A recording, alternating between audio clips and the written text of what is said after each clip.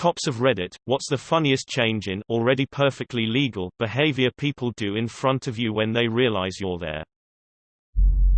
I'm a probation and parole officer, full law enforcement authority in my state. We regularly do home visits on our offenders to verify their address and make sure they're within the guidelines of their supervision, almost without fail. Everyone is just about to start cleaning whenever we arrive. I'm not there to judge the state of their house. I just want to make sure they're not doing anything blatantly illegal and that the address they gave is valid. But they always point out a completely dry mop with no soap or water around to somehow show that they're good people. Whatever. There's worse things they could be doing.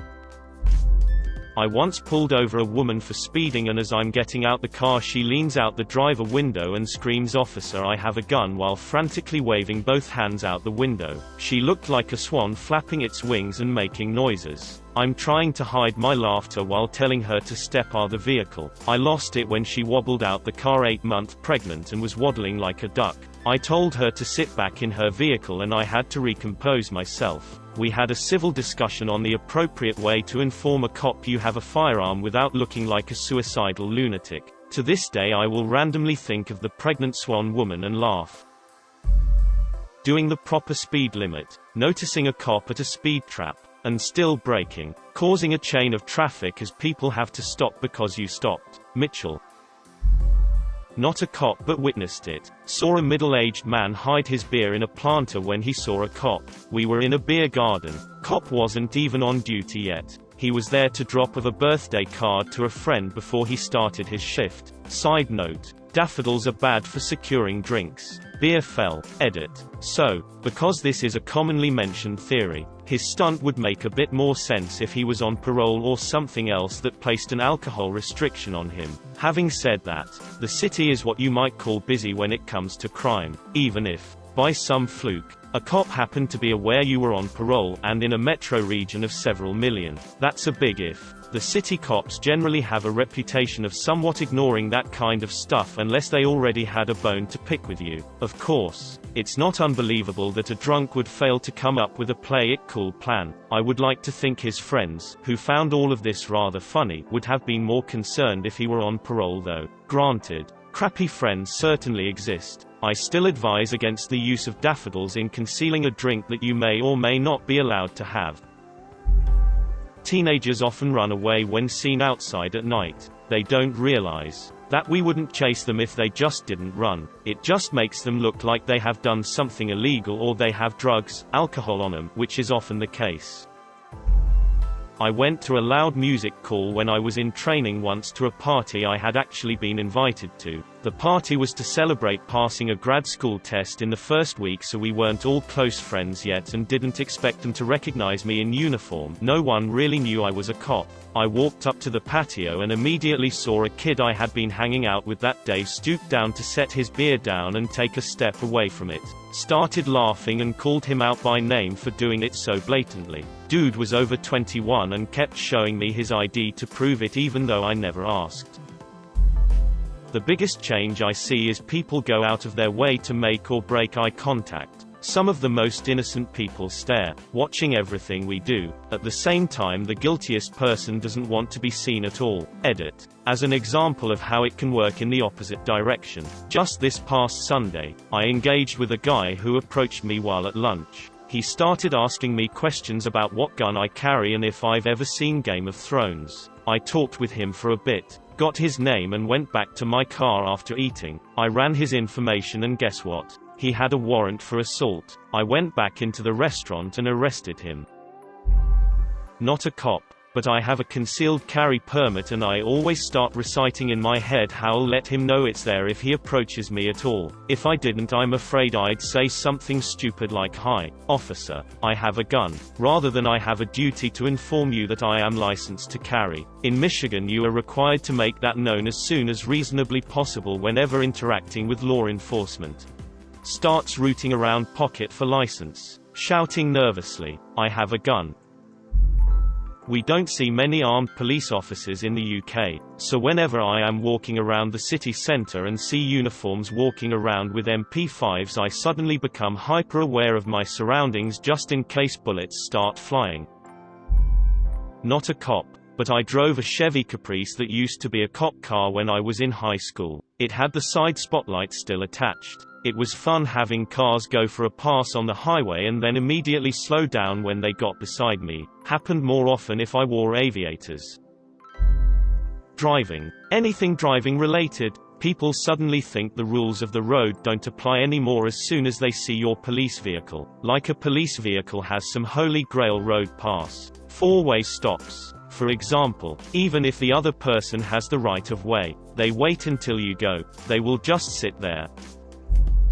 Pulling up at a four-way stop and the person on another side immediately puts on the seatbelt, drawing attention to something I never would have noticed otherwise. I don't know if this is really common or not, but a friend of mine's dad used to be a cop and he noticed that whenever he would walk by people they would sort of stand up straight and smile nervously at him until he passed them. Don't know if this happens in other places or if just Americans are just really bad at looking as normal as possible. I remember reading about a state trooper who was driving below the limit and nobody wanted to pass him. There were many cars behind him. Finally someone passed him and the state trooper pulled him over and told him he was about to go off duty and had picked up a gallon of ice cream to take home but then got called back. He decided the first person brave enough to pass him would win the ice cream. I love that story.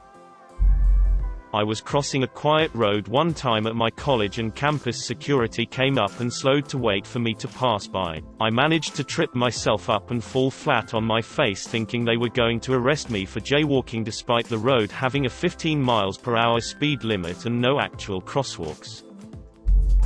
Not a cop, but purchased a retired police vehicle when they made the switch to the newer models. Since I still looked like other cruisers on the road, I often had neighbors use turn signals to enter their driveways, or had people do the putting on my seatbelt grab as I drive by. When someone suddenly puts their hands in their pockets or suddenly takes them out.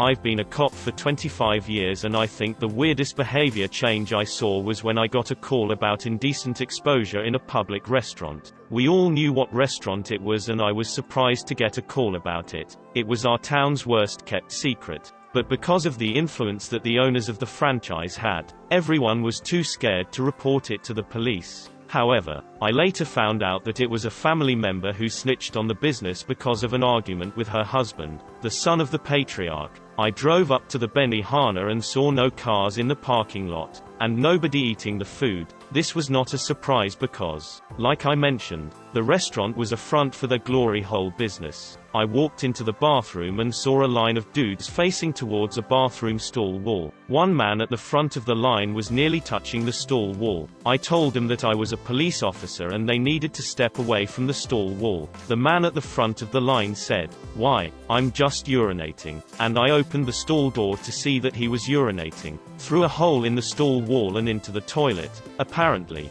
the man sucking behind the wall had slid underneath the stall divider and was in other stall because everyone was either using the bathroom for its intended purpose or waiting to use the bathroom. I couldn't do anything about it. It was like a speakeasy but for glory holes. That Benihana is still around today and the glory hole business is booming.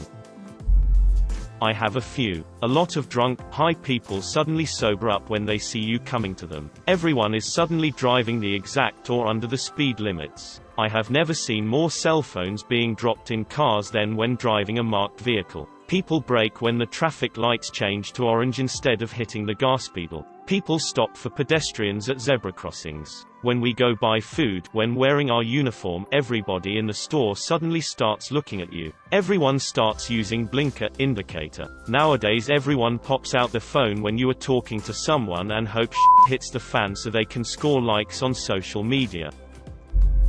When I was a teenager I used to stop chewing gum when I saw a cop. Gum was not allowed at my school. I'm a state trooper and the only female in my post area. My favorite change in behavior is when I stop a young woman who has intentionally perked up her bosoms or hiked up her skirt and she sees me hop out of the squad. If I could bottle that look of disappointment, would. Similarly, I stop a lot of guys who look like they're going to be confrontational when they see the squad. But the tune completely changes when I greet them on the side of the road. I've gotten a few phone numbers. Definitely not interested in anything while I'm at work, but I see the humor in it.